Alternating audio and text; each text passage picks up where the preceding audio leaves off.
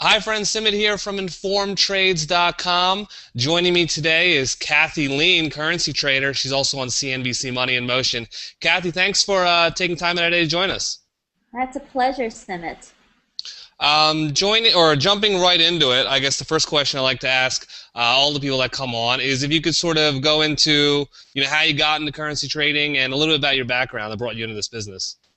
Certainly. Well, I actually started in the FX market in '99. So recently I've been able to say that I've been trading currencies for more than 10 years, which is a nice milestone to be able to share with everyone. And the way I started in the market was, in '99 I graduated college and I basically joined JP Morgan Chase. And when you start off at a bank, typically what happens is that you are put on a rotational program. So you get to rotate through different groups to see, which one basically fits your personality and which group actually likes you. So the first group that I rotated with was actually credit derivatives. I think, thank goodness I didn't stay there because we all know how that ended up. The second group that I rotated in through was actually foreign exchange, and it was the FX intermarket, making desk and interbank market making desk, and I got along really, really well with the people there. The product, the asset class made a lot of sense to me, and I was excited about it. So that's basically when I jumped in. I joined the FX market space. I started off as a market maker. Obviously the very, very first task they give you is basically as a position taker or tracker for the senior dealers. So you basically sit next to them, you follow their trades, you mark it down, you book them, and so forth. But then shortly thereafter, they gave me the responsibility of making markets on their e-platform, which at the time was one of the first e-platforms out there. And I think I remember it being called Morgan Dealer Direct or something like that. But anyhow, I did that for a little while, and I made markets in some of the smaller exotic currencies. I also made markets in dollar yen on this platform. And when JP Morgan so I did that for a little while, then I made markets in dollar yen and Reuters. And when JP Morgan merged with Chase, I got moved to the Cross Markets Proprietary Trading Group. So basically, not only was I trading currencies, but at the time I also learned how to watch different markets. I learned how to trade interest rate derivatives. I learned how to trade over-the-counter options and exotic options, and basically anything under the sun, or at least most things. I can't say anything, but I learned to trade different asset classes. I learned how to express one view using different instruments. And I think that's basically how I took some of that to how I learned fundamentals and took that knowledge with me and kind of built my expertise on not only fundamental analysis but cross markets fundamental analysis. And from there, I spent a couple of years at JP Morgan. I decided that I wanted to work in a little bit more of an entrepreneurial environment. And so I decided to leave JP Morgan, and I found FXCM. And that's where, at the time, FXCM was an extremely small company. I think it was like 50 people, if even.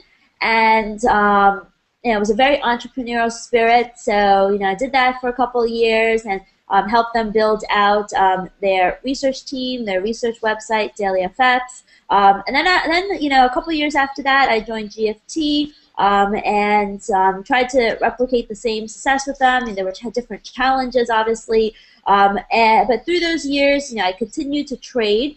And at some point, which was a couple of months ago, I decided to break out on my own with my colleague Boris Schlotzberg, and that's when we have kind of decided to take our careers to the next level by moving into offering money management. So, in terms of your approach to the markets, as you mentioned, you traded a wide variety of instruments. Is there something you focus on now? Are you focused on the spot currency market, or what's your focus now? Well, my focus now is certainly in spot. I mean, I also trade some equities, but the majority of my focus is on spot FX, because even though I was trading cross markets, the primary product was FX, and the others were more, for diversification or for just kind of different anomalies that may not be evident in the FX market. So, in terms of your approach to currency trading, if you could shed some insight on like how a trade goes down, meaning like, for instance, how long are you in trades for? What's are you looking for a risk reward? That type of stuff. In terms of the duration of my trades, I have two types of trading styles and strategies. One, which is more intraday, and that's really day trading. But sometimes because I have my orders out there, the positions may be held longer than I would like, which is instead of 2 or 3 hours or 4 hours, it may be held 24 hours. But usually my short-term trades don't last for longer than 24 hours. And then I have quote unquote what I call swing trades. And those can last for a couple of days, and in a very, very rare case, a couple of weeks, but that could be a possibility as well. Now, in terms of what I look for, I focus less on risk-reward and more on my strategies focus less on risk-reward and more on the probability and accuracy. So I look for high probability scenarios, at least what I think they would be high probability scenarios, and I look for strategies that are high probability. So in terms of, are you using stop and limit orders, or when it comes to, are you looking to ride a trend, for instance, or do you identify a resistance level and a support level that's sort of going to set the boundaries of the trade? The majority of my trades are trend following or momentum based trades. So rarely will I buy on a dip. Most of the time I'm buying on a breakout or something, or buying a break of a certain level, because I want momentum to be on my side. And for those people that have read my work, usually the momentum is caused or has a component that is fundamentally based. But at the end of the day, it is a momentum, which in other ways look at it as a trend following strategy. And I always have stops and limits attached to every single order that I place. I may manage the trade differently, meaning that I may have a shorter and a wider target, but I always have the stops and orders limits in. So is your approach sort of like set and forget? So you're looking at the charts, you see the setup that you like, a breakout, for instance. You put the stop in, you put the limit, and then boom, that's it. Or is there more to it? If it was only so easy. There is a set and forget component to it, meaning that my first target is usually relatively shorter. So if it hits, it hits. If it doesn't, it doesn't. It gets stopped out.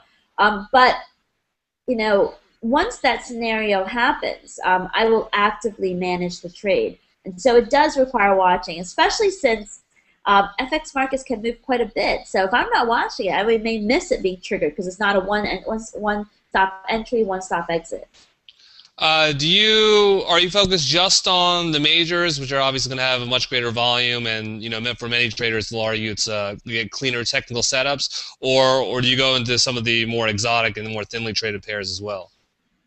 Well, I trade the Eurodollar the most for my short-term trading, but for my swing trades, it could be any of the crosses or the majors or any other exotic currency. It really depends on what the most attractive opportunity is, I guess. Okay. Now I know, from watching you on CNBC, you'll often include a trade setup for viewers, and that's actually something that viewers, if you want to tune to Kathy Shaw on CNBC, she routinely gives out a trade setup, a set or with a stop, entry point, stop, and limit. So sort of the bare bones are definitely right there for you. But I noticed in watching you, often you'll reference news events. So far, it seems like your approach is very technical based, very sort of rules based. But how do you sort of factor in fundamentals, or how are you looking at incorporating news events into that? Well, I actually would say it's slightly different in the sense that I determine my trade based upon the fundamental story. And then I look for, what I think would be nice entry and exits based upon technicals. So I'm a firm believer that having fundamentals or having a fundamental catalyst to push your trade in its desired direction is very important. And oftentimes, and much more so in these kind of low volatility range-bound environments where we need, a piece of economic data or an event risk to push the trade in our favor. Okay. I guess in terms of, where we're at now, or your, I guess, well, first, before we get to, the current economic situation, you said you're looking, or you have a fundamental view, then you're looking for a news event that can serve as a catalyst, and the technical setup that sort of, allows you to time it precisely. In terms of your fundamental view, what's the time range you're looking at? Some people have a fundamental view that's, like a decade-long view. Other people might say, a month. Is there sort of a time frame that you associate your fundamental view with? I would say it's somewhere between a week to 2 months max. Okay, so during that time, for instance, let's say you've got a view that you're going to be bullish on, some currency pair over the next 2 months, for instance. So from that, or based on that, would you then only trade in one direction, that pair, for that until that fundamental view is in place, or are you going to take the counter trend opportunities as well? Well, considering that the view may be 1 week to 2 months, it really depends. But I may take the counter trend trade because I may think that there could be, like, for example, a good example is the euro.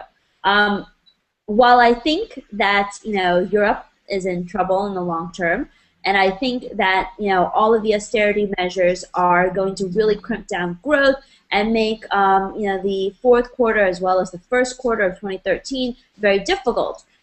There's a lot of sentiment-based factors that could drive a burst in the euro dollar, like suddenly we get a Spanish bailout, or recently Moody's decided to pass on downgrading Spain. Those little bursts of good news could also be potentially tradable opportunities. Okay. Now, in terms of sort of the big picture, we're living in sort of kind of interesting times, or at least many would argue that. What are your thoughts on, the big picture? Do you think, there's going to be a collapse in the euro? Do you think the dollar is going to collapse, the yen, the British pound? There are arguments that all these currencies are so indebted that there's no way out, and just it's going to be rampant devaluation. Do you buy into that, or what are your thoughts on that? Well, we can have a whole hour-long conversation on that. I mean, there's a lot that we can talk about. But I think at the end of the day, I think what will end up happening is, while all of the countries have a path that that have a path of weaker growth in the next 3 to 6 months due to a lot of the austerity measures that are happening, I don't necessarily anticipate, quote unquote, collapse in the euro, collapse in risk appetite, because central banks have come in with a tremendous amount of liquidity. And this light type of liquidity is what has caused and will continue to cause the lower volatility environment that we have seen. So I think that we'll probably see more continued consolidation, more ranges. And now those ranges do provide different types of opportunities to trade, but I don't necessarily see us engaging in another major collapse. I think 1 year from now, currencies are going to be trading a lot higher, or currency pairs will be trading a lot higher than where we are right now. But it will be a slow and gradual path towards that direction. When you say currency pairs are going to be trading higher, do you mean currencies relative to commodities and equities? So as an asset class, are you expecting stocks and commodities to fall? What I mean is, the currency pairs like the euro dollar, the dollar yen, the pound dollar. So it's more like, I anticipate risk to be stronger a year from now than it is right now. So the classic risk-on trade, you're saying, is something that you're buying into, which would mean, and that would mean sort of bearish for the dollar, bullish for U.S. equities, and bullish for commodities. Is that what you're thinking a year out, or? Correct. But remember, this is a 1 year outlook. I Right. expect more pain before gain, and so I wouldn't. It's not time to jump into it right now. Sure. Now, in terms of China, China's a big player in the global economy now. There's lots of talk. They're in for a big crash. This is going to result in a big shift in the whole global economy. What are your thoughts on China, and I guess especially for Forex traders who may not directly be trading the renminbi? Do they even need to pay attention to China at all, or what are your thoughts on that? Well, first of all, I think it's extremely important to pay attention to China because Chinese data these days is almost as important, if not even more important, for certain currencies. And I think that we've got Chinese GDP numbers coming up, and that's really going to play a big role in risk appetite because when we had the financial crisis, it was China and Chinese growth that kept Asia sheltered.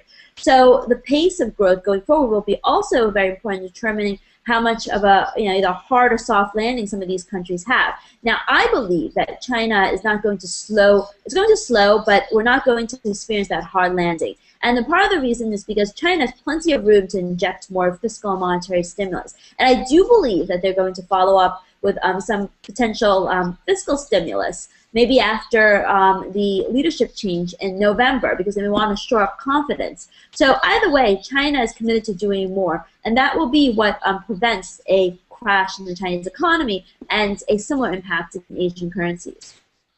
In terms of the U.S. Stimulus impact, or as you know, recently the Federal Reserve embarked upon QE3 or open-ended QE.